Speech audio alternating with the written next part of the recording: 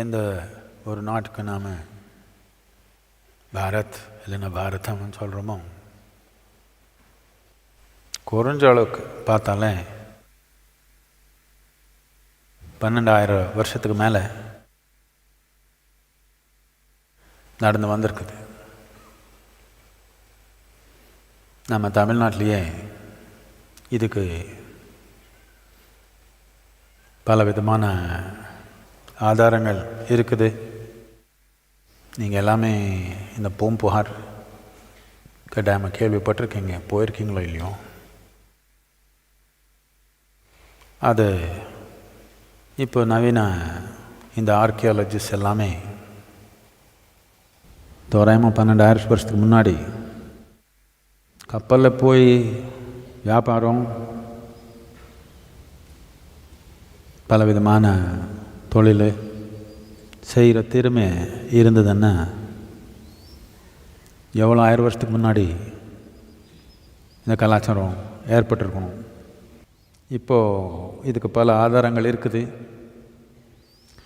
இது எல்லாமே பேசுகிறது சும்மா பழைய காலத்தை பற்றி பெருமைக்காக இல்லை. பெருமை இல்லைன்னா எதிர்காலம் உருவாக்க முடியாது. நாம் யாருன்ற பெருமை நமக்கு இல்லைன்னா எதிர்காலம் நாம் ஒரு தெம்பான ஒரு எதிர்காலமாக உருவாக்க முடியாது. இதனால் இது முக்கியமானது. பாரத அண்ணா பான பாவ அப்படின்னு நம்ம உணர்ச்சினால தானே நமக்கு உயிரே புரியுது. நான் உயிரோட இருக்கிறேன்னு எப்படி புரியுது? இந்த ஐப்புலங்கள் ஏற்படுத்துகிற உணர்ச்சினால தான் நாம் இங்கே இருக்கிறேன்னதே நமக்கு தெரியுது. இதுக்கு பாவான்னு சொல்லுவோம்.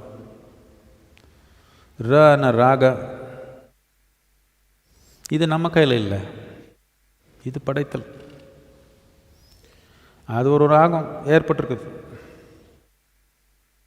அதை நீங்கள் ஒன்றும் மாற்றிக்க முடியாது. அது அப்படி தான். இந்த உயிருக்கு, இந்த உயிருக்கு மூலமானதுக்கு, பொருள் தன்மைக்கு, ஆகாயத்துக்கு, பிரபஞ்சத்துக்கு எல்லாத்துக்கும் சேர்ந்து ஒரு ராகம் இருக்குது. ஆனால் அந்த ராகத்துக்கு ஒத்து ஒரு மாதிரி தாளம் போட்டிங்கன்னா தாளம் போட்டிங்கன்னா நம்ம உயிர், நம்ம வாழ்க்கை ஒரு வெற்றிகரமாக ஆனந்தமாக நடக்கும். சரியான தாளம் போடலைன்னா வாழ்க்கைன்றது நம்ம நசுக்கி போட்டுடுவோம். இவ்வளோதான் கற்றுக்கணும். ஒன்று தானே பண்ணணும். நம்ம 2 அவரே பண்ணி வச்சுட்டாங்க. நாம் சரியான தாளம் போட்டுக்கணும், அவ்வளோதான். தப்பாக போட்டால் அந்த ராகம் நம்ம நசுக்கிடும். கரெக்டாக தாளம் போட்டால் நம்ம வாழ்க்கைன்றது ஒரு பிரமாதமான ஒரு அனுபவமாக நமக்கு நடக்குது. இந்த அடிப்படை புரிஞ்சு ஒரு கலாச்சாரம் உருவாக்கணும். இதுக்கு வெளிநாட்டில் இருக்கிறவங்க எல்லாமே அந்த காலத்தில் 8-10,000 வருஷத்துக்கு முன்னாடி நம்ம நாட்டில் இந்த தொழில் வெறும் கப்பலில் போனதில்லை, நடந்து போனவங்க. இங்கே அந்த சிரியா, அந்த இஸ்ரேலு, அந்த லெபனான், அந்த ஃபுல் அந்த ஏரியா எல்லாமே, அந்த டமாஸ்கஸு, ஜெருசலம் எல்லாமே வெறும் இந்தியாவிலேருந்து, இந்த நம்ம நாட்டிலேருந்து போகிற தொழிலாளுக்கு மேலே டேக்ஸ் போட்டு பெரிய பெரிய நகரங்கள் கட்டினாங்க. இப்போ அந்த சிரியாவில் நீங்கள் நியூஸில் எல்லாம் படிச்சிருக்கலாம். அந்த அலேப்போன்ற ஒரு ஊர், பிரமாதமான ஊர். நான் 3 வருஷத்துக்கு முன்னாடி அங்கே இருந்தேன். இப்போ எல்லாம் அடித்து போட்டாங்க இந்த போரில்.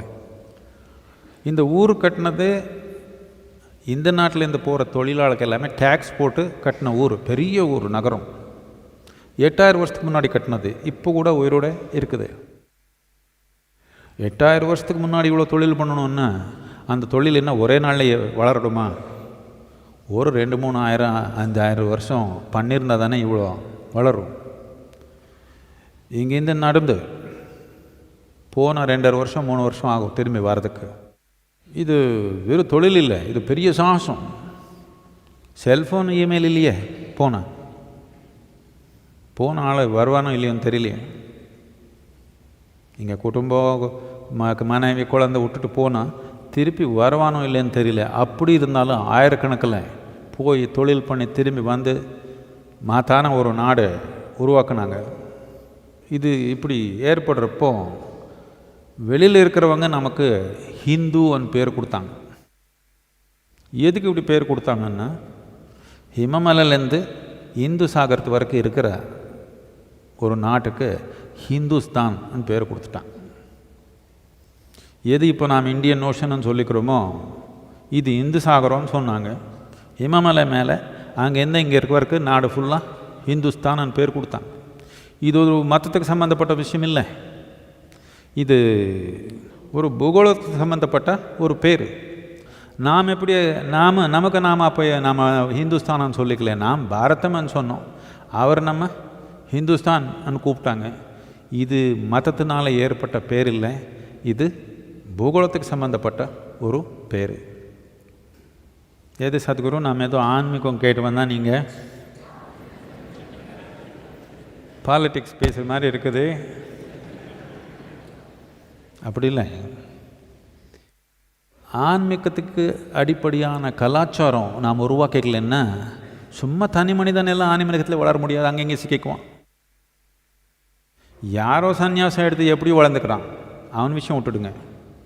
சாமானிய மக்கள் ஆன்மீகத்தில் வளரணுன்னா அதுக்கு தேவையான ஒத்து ஒரு மாதிரி ஒரு கலாச்சாரம் வேணும். அந்த கலாச்சாரத்தை ஒத்துமை இல்லைன்னா, அந்த கலாச்சாரத்தை உதவி இல்லைன்னா சாமானிய மக்கள் வளர மாட்டாங்க. எல்லாம் உங்கள் ஊரில் எல்லாம் குடிக்காரராக இருந்தால் நீங்கள் போய் சேர்ந்துக்கிறது தானே, அப்படி தானே? எல்லாம் சிகரெட் பிடிச்சா நீங்கள் பிடிச்சிக்கிறது தானே, எல்லாம் தியானத்துக்கு உட்காந்தா நீங்கள் உட்காருது தானே. இப்படி தானே சாமானிய மக்களுடைய மனநிலை. இதனால் இந்த கலாச்சாரம் முக்கியமானது. என்னத்துக்குன்னா, இந்த கலாச்சாரத்தில் ஒரே நோக்கம். நீங்கள் கல்யாணம் பண்ணிக்கலாம், குழந்தை பெற்றுக்கலாம், தொழில் பண்ணிக்கலாம், போர் போட்டுக்கலாம், எது வேணாலும் பண்ணிக்கலாம். எதே பண்ணாலும் ஒரே நோக்கம், முக்தி அடையணும். ஒரே நோக்கம். மித்ததெல்லாம் நடக்கும் சுத்தம், ஆனால் ஒரே ஒரு நோக்கம். இந்த நாட்டில் பிறந்தால் ஒரே நோக்கம், நமக்கு முக்தி அடையணுன்ற ஒரே நோக்கம். எங்கே உலகத்தில் எங்கேயும் இப்படி கிடையாது. கலாச்சாரத்தில் ஊறிடுச்சு. நம்ம இருக்கிற நிலை தாண்டி போகணும், ஒரு சுதந்திரமான நிலைக்கு வரணும்.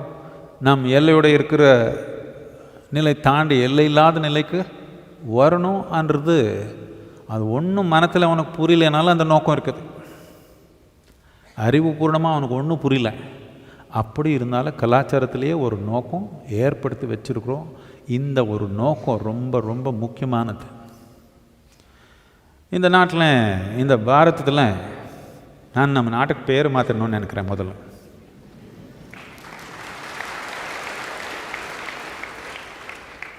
என்னத்துக்குன்னா, யாருனாலும் நம்ம அடிமையாக பண்ணிக்கணும்னா முதல்ல என்ன பண்ணுவாங்கன்னா நம்ம பேர் எடுத்துடுவாங்க. திருவனந்தபுரம்னா ட்ரிவென்ட்ரூம் பண்ணிட்டாங்க, நாகத்வீபம்னா நிக்கோபாரன் பண்ணிட்டாங்க, இந்திரத்வீபம்னா அண்டமானன் பண்ணிட்டாங்க. எதுக்கு இப்படி பண்ணுறதுன்னா, உங்கள் கலாச்சாரம் இருக்கக்கூடாது. இப்போது நான் நிறைய பேர் அவருக்கே பண்ணிக்கிறாங்க. உங்கள் அப்பா அம்மா உங்களுக்கு ஜெகநாதன் பேர் வச்சா ஜாக் வச்சுக்கிறாங்க.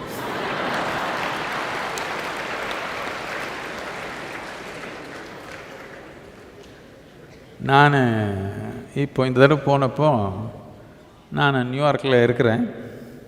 அங்கே நான் எங்கேயோ போகணும் சொன்னாங்க. மேக்ஸ் வந்து உங்கள் கூட்டிகிட்டு போகிறாங்கன்னு சொன்னாங்க.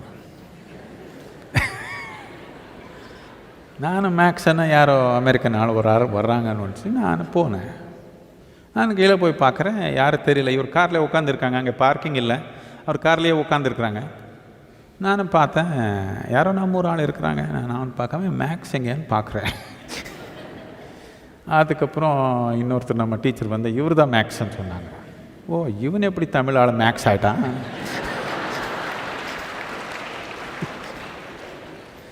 நான் என்ன உங்கள் பேருன்னு கேட்டேன். சரவணன்னு சொன்னாங்க. திருப்பி எப்படிப்பா மேக்ஸ் ஆகிட்டேன் கேட்டேன். இல்லை, என் மனைவி இங்கிலீஷ் ஆள், இங்கிலாந்துலேருந்து கல்யாணம் பண்ணேன், அதனால் நான் மேக்ஸ் ஆகிட்டேன். அவர் பேர் என்னான்னு கேட்டாங்க. அவர் ஏதோ சொன்னாங்க. நீங்கள் அவர் பேர் மாற்றல, நீங்கள்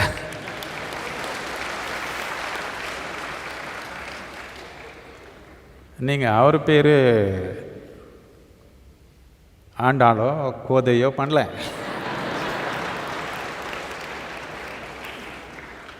அவர் அப்படியே இருக்கிறாங்க. நீங்கள் மேக்ஸ் ஆகிட்டீங்க.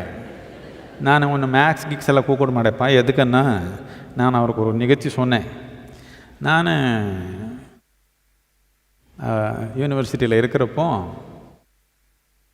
எனக்கு இந்த மைசூர் ஜூ கூட ரொம்ப தொடர்பு. அது ஒரு அசோசியேஷன் இருந்து அதில் எல்லாம் இருக்கிறேன். அந்த மைசூர் ஜூவில் ஒரு கொரிலா இருக்குது, அதுக்கு மேக்ஸன் பேர். ஒரு நாள் என்ன ஆயிடுச்சுன்னா, இந்த மாதிரி மழை காலத்தில் ஒரு மரம் விழுந்து, அந்த கொரிலா ஒரு இது ஓப்பன் அதுக்கு மரம் விழுந்தோட அது மேலே வந்தது வெளியே போயிடுச்சு. ஊர் முழுக்கமாக ஒரே மேக்ஸ் எங்கே போயிடுச்சு, ஊரெல்லாம் தேடுறாங்க. அதுக்கு எங்கே போகிறது தெரியல. யாரோ மொட்டை மாடியில் போய் உட்காந்துக்குது, அங்கே உட்காந்துக்குது. ஒரு நாள் ஒரு இடத்துல இருக்குது. அது யார், பெரிய ஒரு மிருகம், அது ஒன்றும் யாரும் தொட முடியாது. அது யாருக்கும் ஒன்றும் தொந்தரவு பண்ணல. ஆனால் ரோடில் எல்லாம் நடந்து போகுது. 5 நாள் ஆயிடுச்சு. அது கரெக்டாக பிடிச்சி திருப்பி உள்ளே போடுறதுக்கு 5 நாள் மைசூரில் எங்கே பார்த்தாலும் மக்கள் எல்லாம் மொட்டை மாடியில் உட்காந்து மேக்ஸ் எங்கே வந்துடும். நான் இந்த கதை அவருக்கு சொன்னேன். இப்படி மேக்ஸ் ரொம்ப தேடணும். நாம் ஊரெல்லாம், நாமெல்லாம் இளைஞரெல்லாம் மோட்டர் சைக்கிள் போட்டு ஊரெல்லாம் சுற்றுறோம். எங்கே மேக்ஸ் எங்கே இருக்குது, பிடிச்சி ஜூ கொண்டு போகணும். நீ மேக்ஸ் என்ன நான் அப்படி நினச்சிடுவேன். நான் உன்னை சரவணன் நான் கூப்பிடுறேன் நான் சொல்லி எல்லா வாலண்டியர் சொல்லுவேன். இதுக்கப்புறம் இவன் சரவணன் கூப்பிடுங்க. அவன் மனைவி என்னமோ கூப்பிட்டுக்கிட்டோம், அவனை நமக்கு என்ன, அது வீட்டுக்குள்ளே என்னமோ பண்ணிக்கிட்டோம். வெளியே வந்தால் சரவணன் கூப்பிடுங்க. இது எதுக்கு நமக்கு, இன்னொரு நாடு இன்னொரு கலாச்சாரம் எதிர்ப்பு இல்லை. நாம் யோசித்து மனப்பூர்வமாக நம்ம பேர் மாற்றிக்கலாம். நீங்கள் என்னமோ பண்ணிக்கிங்க. சும்மா அடிமைத்தனத்தினால, நம்ம மனத்தில் இருக்கிற அடிமைத்தனத்தினால போய் ஏதோ நமக்கு மேலே அவரை நினச்சி நீங்கள் அவர் மாதிரி ஆகிறது நடக்கக்கூடாது. இப்போ எல்லாம் உங்கள் ஊரில் எல்லாம் அது தோலெல்லாம் வெள்ளை கலராக பண்ணுறதுக்கு ரொம்ப முயற்சி பண்ணுறீங்களா? அது ஆயின்ட்மெண்ட் எல்லாம் போட்டுக்கிறீங்களோ? இது வேறு நோய். எதுக்குன்னா, நமக்கு இந்த மாதிரி ஒரு நோய் வந்துடுச்சு. வெள்ளத்தோல் இருந்தால் தான் கொஞ்சம் உயர்ந்த உயிர் நமக்கு வந்துடுச்சு. இல்லை, இது நல்லா தான் இருக்குது, நல்லா தானே இருக்குது. வேண்டாமா? இப்படி இருக்கலாம் தானே. இது இன்னொரு கலாச்சாரத்துக்கு எதிர்ப்பாக இல்லை, மித்த மக்களுக்கு எதிர்ப்பாக இல்லை. ஆனால் ஏதோ ஆன்மீக வளர்ச்சி ஆகிடுச்சு, நீங்கள் சன்னியாசி மாதிரி ஆகிட்டிங்கன்னா எது பற்றி எனக்கு தேவையில்லை, கலாச்சாரத்தை பற்றி. ஆனால் உலகத்தில் இருந்து 10 பேர் கூட ஈடுபாடாக இருக்கிறப்போ கலாச்சாரன்றது ரொம்ப ரொம்ப முக்கியமானது. அதுக்கு ஒரு தெம்பு, அதுக்கு ஒரு பெருமை, அதுக்கு ஒரு சக்தி நாம் கொடுக்கலன்னா சாமானிய மக்களுக்கு எதுக்கடா இருக்கிறோன்னே தெரியாது. ஆன்மீக சக்தி வந்துடுச்சுன்னா கலாச்சாரத்தில் இருக்க தேவையில்லை. சும்மா கண்ணமூடி ஒரு காரில் எந்த கலாச்சாரமும் கிடையாது. ஆனால் அது வரவருக்கு கலாச்சாரத்து ஒரு உதவி ரொம்ப ரொம்ப தேவையானது. ஆன்மீகத்து நோக்கத்தில் நம்ம கொண்டு போகிறதுக்கு நமக்கு ஒரு கலாச்சாரம் வேணும். நம்ம தமிழ்நாட்டுக்கு நாம் கோயிலே அறிகுறியாக வச்சோம். எதுக்கு ஊரெல்லாம் கோயில் கட்டுக்கணும்னா? அப்படி இல்லை, உயிரிங்க இருக்குது. உயிர்ன்றது உடலாவோ மனமாவோ நம்ம செய்யலாவோ பல விதமாக வெளியப்படுது. ஆனால் இதுக்கு அடிப்படையானது இங்கே இருக்குது தானே. உயிருக்கு அடிப்படையானது இங்கே இருக்குது தானே. உயிருக்கு அடிப்படையானது தானே கும்பிடுறது நம்ம கடவுளன்னு. எது படைத்தலுக்கு அடிப்படையானதோ அதுதானே நாம் எல்லாத்துக்கும் உயர்ந்ததுன்னு பார்த்தது. அதே இங்கே இருக்கிறப்போ எங்கே வச்சுக்கணும்? கோயிலில் தானே வச்சுக்கணும். கோயிலில் தானே வச்சுக்கணும். வீதியில் விட முடியுமா? கோயிலில் தானே வச்சுக்கணும். அப்படின்னு முதல்ல நம்ம உடலே கோயிலாக பண்ணிக்கணும், நம்ம வீடு கோயிலாக பண்ணிக்கணும், நம்ம வீதி கோயிலாக பண்ணிக்கணும், நம்ம மாநிலம் கோவிலாக பண்ணிக்கணும், நம்ம நாடே நாம் கோவிலாக பண்ணிக்கணும். இந்த நோக்கத்தில் நம்ம தமிழ்நாட்டுக்கு நாம் கோவில் அறிகுறியாக வச்சது. இப்போ அறிகுறியில் மட்டும்தான் இருக்குது, அதுக்கு அடிப்படையானது இல்லைன்னு விவாதம் பண்ணுறாங்க. ஆன்மீக வளர்ச்சிக்கு ஒத்துவர் மாதிரி கலாச்சாரம் நாம் உருவாக்கணும். ஆனால் நாம் ரொம்ப தூரமாக பார்க்க தேவையில்லை, கொஞ்சம் திரும்பி பார்த்தா எல்லாமே இருக்குது. இப்போ இந்த குழந்தை, இந்த சம்ஸ்கிருதி ஆனால் என்ன அர்த்தம்னா சமநிலை. அதே நேரத்தில் சமன்னா உயிர் தீவிரம் கூட. சமநிலையாக இருக்கணும், தீவிரமாக இருக்கணும். மக்களுக்கு இப்போ பிரச்சனை என்ன? தீவிரமாயிட்டாங்கன்னா சமநிலை இல்லை, சமநிலையானா தூங்கிக்கிறாங்க.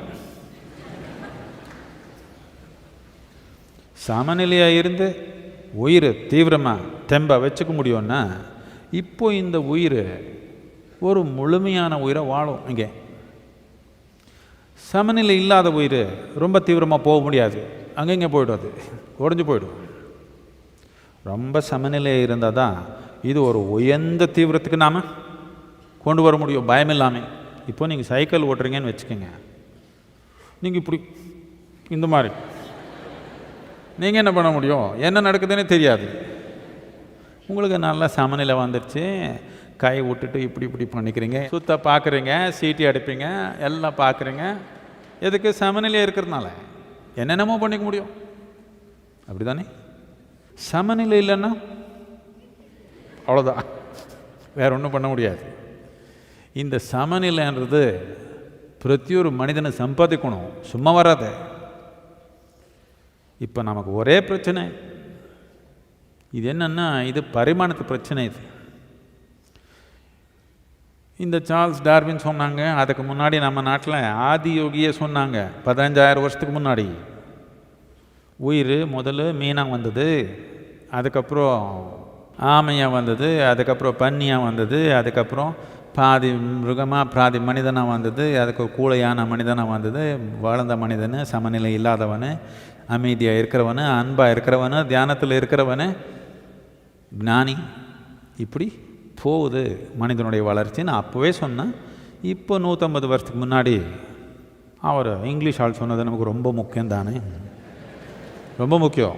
இப்போ நான் ஹைதராபாத்தில், நான் இந்த தடவை அமெரிக்கா போகிறதுக்கு முன்னாடி ஹைதராபாத் போனேன். அங்கே ஏதோ மீடியா நம்ம ப்ரெஸ் இன்டர்வியூ பண்ணுறாங்க. அவர் சொல்கிறாங்க எனக்கு, சத்குரு இந்த ஷெஃபீல்டு யூனிவர்சிட்டியில் யூகேல கண்டுபிடிச்சிட்டாங்களாம் சூரியனோட அதிர்வு. சூரியனுக்கு நெருக்கமாக ஏதோ ஒன்று அனுப்பி ரெக்கார்டு பண்ணாங்களா, அது அதிர்வு பார்த்தா எப்படி ஒரு யோகி ஆம்னு உச்சாரித்தா எந்த அதிர்வு வருதோ அதே அதிர்வு வருதா சூரியன்லேருந்து. சத்குரு அது சொல்லுங்கள் சத்குரு நீங்கள் இன்டர்வியூவில். நான் அப்படியெல்லாம் சொல்ல மாட்டேன், நாம் 1000 வருஷத்துலேருந்து சொல்லியே இருக்கிறோம். நீங்கள் இப்படி இப்படி மாட்டேன்னு சொன்னீங்க. இப்போ ஏதோ யூனிவர்சிட்டியில் 10 பேர் ஸ்டூடெண்ட்ஸ் ஒரு ரிசர்ச் பண்ணி அவரை சொல்லிவிட்டு அது பெரிய விஷயமாயிடுச்சு. நாம் சொன்னது புரியலையா? நாம் அது எப்படி சும்மா சொன்னது மட்டும் இல்லை, அது எப்படி உபயோகப்படுத்த முடியும், அதனால் என்ன மதிப்பு, என்னென்ன பண்ண முடியும், என்னென்ன பயன் வாங்க முடியும், எல்லாமே சொல்லியாச்சு. இல்லை நம்ம நாட்டில் இந்த வந்து அதுக்கு மதிப்பு இல்லையே, ஷெஃபீல்டு யூனிவர்சிட்டியில் சொல்லணும். நான் அப்படியெல்லாம் பேச மாட்டேன். நான் சொன்னேன் அம்மனை என்ன நான் சொல்லுவேன், நீங்கள் பயிற்சி பண்ணி பாருங்கள் வேலை செய்யுதா இல்லையான்னு. இது எல்லாமே எதுக்குன்னா இது ரொம்ப சிஸ்டமேட்டிக்காக எது இந்த உலகத்தில் இந்த பக்கத்தில் இந்த வரதை எல்லாம் அணைச்சி போட்டாங்க. ஆன்மீக கலாச்சாரம் நம்ம நாட்டில் உலகம் முழுக்கமாக விஞ்ஞானபூர்ணமாக மற்றத்து மாதிரி இல்லை, விஞ்ஞானபூர்ணமாக மனிதனுக்கு சேர்கிற மாதிரி வளரணுன்னா நம்ம கலாச்சாரம் நாம் உறுதிப்படுத்தணும். இல்லைன்னா நமக்கு மட்டும் இல்லை உலகத்துக்கு இல்லாமல் போயிடும்.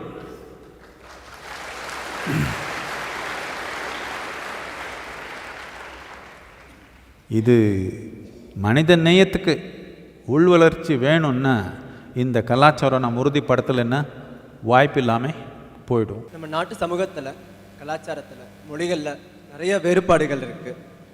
இதெல்லாம் தாண்டி ஒரு இதய துடிப்பாக மாறுற அளவுக்கு ஒருங்கிணைந்த பாரதத்தை உருவாக்குறது எப்படி?